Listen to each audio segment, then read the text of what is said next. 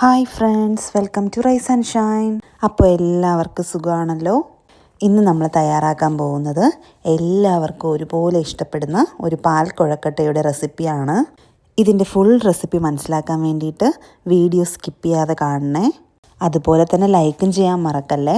ഇതുപോലുള്ള കൂടുതൽ വീഡിയോസിനായിട്ട് എൻ്റെ ഈ ചാനൽ സബ്സ്ക്രൈബും ചെയ്യണം കേട്ടോ. എന്നാൽ പിന്നെ നമുക്ക് വീഡിയോയിലേക്ക് പോയാലോ. പാൽ കുഴക്കട്ട തയ്യാറാക്കാനായിട്ട് ഞാനിവിടെ ഒരു ബൗളിൽ 1 കപ്പ് പച്ചരി പൊടിച്ചതെടുത്തിട്ടുണ്ട്. ഇപ്പോൾ വീട്ടിലാണ് പൊടിക്കുന്നതെങ്കിൽ നന്നായിട്ട് അരിച്ചിട്ട് വേണം അരിപ്പൊടി എടുക്കാനായിട്ട്. ഞാനിവിടെ ഈസ്റ്റേണിൻ്റെ അരിപ്പൊടിയാണ് എടുത്തിരിക്കുന്നത്. എന്നിട്ട് അതിലേക്ക് 1 ടേബിൾ സ്പൂൺ നെയ്യ് ചേർത്ത് കൊടുക്കാം. കൂടാതെ ഈ 1 കപ്പ് അളവിന് ആവശ്യമായിട്ടുള്ള ഉപ്പ് കൂടെ ചേർത്ത് കൊടുക്കുന്നുണ്ട്. ഇനി ഇതിനെ ആവശ്യത്തിന് വെള്ളം ഒഴിച്ച് നന്നായിട്ട് കുഴച്ചെടുക്കാവുന്നതാണ്. അതിനായിട്ട് ഞാനിവിടെ നല്ല തിളപ്പിച്ച വെള്ളമാണ് എടുത്തിരിക്കുന്നത്. ഇനി ഇതിനെ നന്നായിട്ട് മിക്സ് ചെയ്തെടുക്കാം.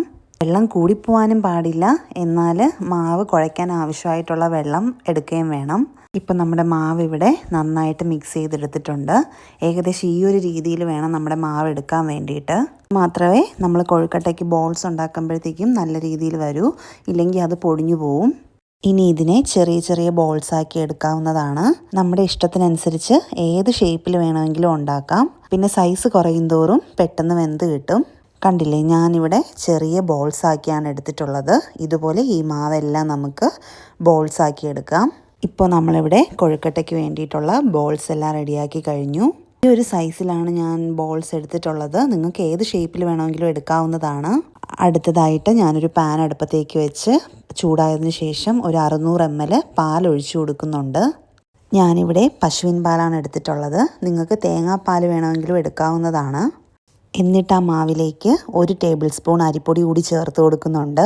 പാൽ നന്നായിട്ട് ചൂടാകുന്നതിന് മുന്നേ തന്നെ അരിപ്പൊടി ചേർത്ത് കൊടുക്കണം, ഇല്ലെങ്കിൽ കട്ട പിടിക്കും.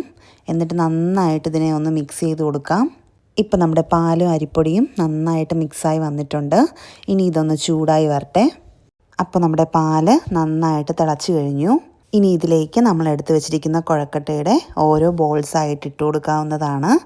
ഒരുമിച്ചെടുത്തിടാതെ ഇങ്ങനെ സെപ്പറേറ്റ് ആയിട്ട് തന്നെ ഇട്ട് കൊടുക്കണം. ഇപ്പോൾ നമ്മളിവിടെ ഏകദേശം എല്ലാ ബോൾസും ഇട്ട് കൊടുത്തിട്ടുണ്ട്. ഇനി ഇത് ഉടനെ തന്നെ നമുക്ക് ഇളക്കി കൊടുക്കുകയൊന്നും വേണ്ട, എങ്കിൽ പിന്നെ ഇത് പൊട്ടിപ്പോവും, ഇല്ലെങ്കിൽ അതിൻ്റെ ഷേപ്പ് മാറിപ്പോവും. അതിൻ്റെ ഒരു സൈഡെങ്കിലും കുറച്ചൊന്ന് വേകാനുള്ളൊരു ടൈം കൊടുക്കണം. എന്നിട്ട് സാവധാനം നമുക്ക് ഇളക്കി കൊടുക്കാവുന്നതാണ്. ഇതാ കണ്ടില്ലേ, ഇപ്പം നമ്മുടെ ബോൾസ് കുറച്ചൊക്കെ ഒന്ന് പാകമായി വന്നിട്ടുണ്ട്. ഇപ്പം നമ്മുടെ കുഴക്കട്ടയെല്ലാം നന്നായിട്ട് വെന്ത് കുറുകി വന്നിട്ടുണ്ട്.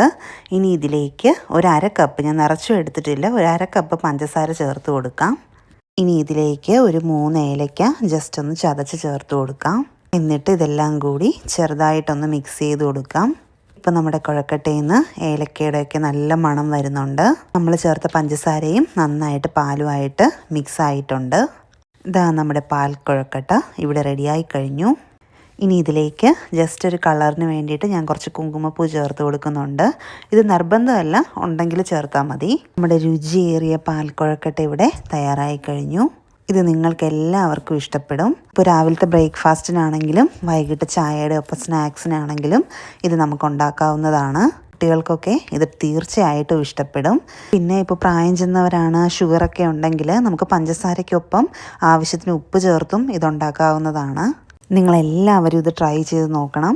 ഈ റെസിപ്പി നിങ്ങൾക്ക് ഇഷ്ടമായെങ്കിൽ ഈ വീഡിയോ ലൈക്കും കമൻറ്റും ചെയ്യാൻ മറക്കല്ലേ. നിങ്ങളുടെ ഓരോ കമൻറ്റും എനിക്കിതുപോലുള്ള കൂടുതൽ വീഡിയോസ് ചെയ്യാനുള്ള പ്രചോദനമായിരിക്കും. കൂടാതെ ഇതുപോലുള്ള കൂടുതൽ വീഡിയോസിനായിട്ട് എൻ്റെ ഈ ചാനലും സബ്സ്ക്രൈബ് ചെയ്യണേ. വീണ്ടും ഇതുപോലൊരു വീഡിയോയുമായി എത്തുന്നത് വരെ ബൈ ബൈ.